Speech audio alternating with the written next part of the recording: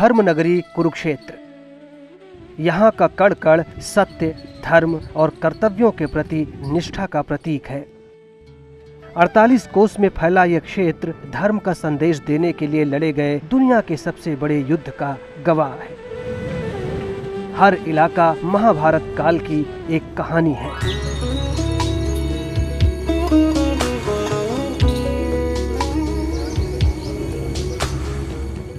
इसी क्षेत्र में एक छोटा सा गांव है अमीन।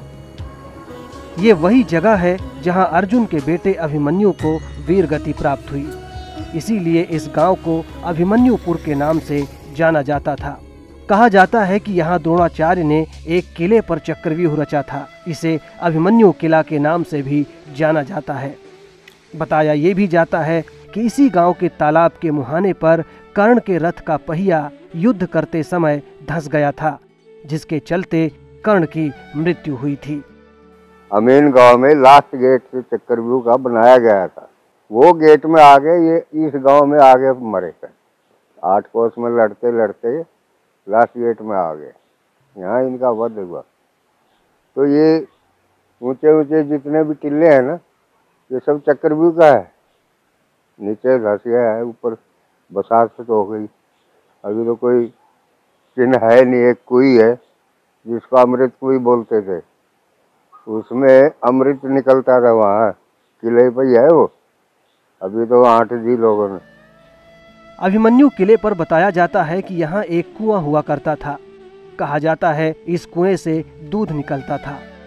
ग्रामीणों और प्रशासन की मदद से उस कुएं को दोबारा खोजकर सफाई करवाई गई। इस कुएं को एक धरोहर के रूप में रखा गया है। हालांकि किले के अब अवशेष ही बचे हैं।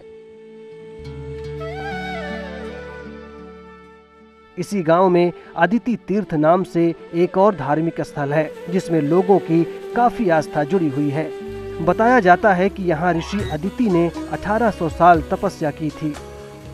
ऋषि की तपस्या से प्रसन्न होकर शंकर भगवान ने शिवलिंग रूप में दर्शन दिए थे।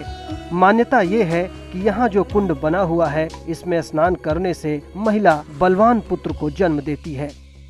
और यहाँ पर अपना एक तीर्थ भी है जहाँ अदिति वन बोलते हैं। वहाँ सूर्य की माता ने तपस्या की थी। टिल्ला तो अब भी वर्तमान है, और जब उसकी कोई खुदाई करते हैं तो वहाँ से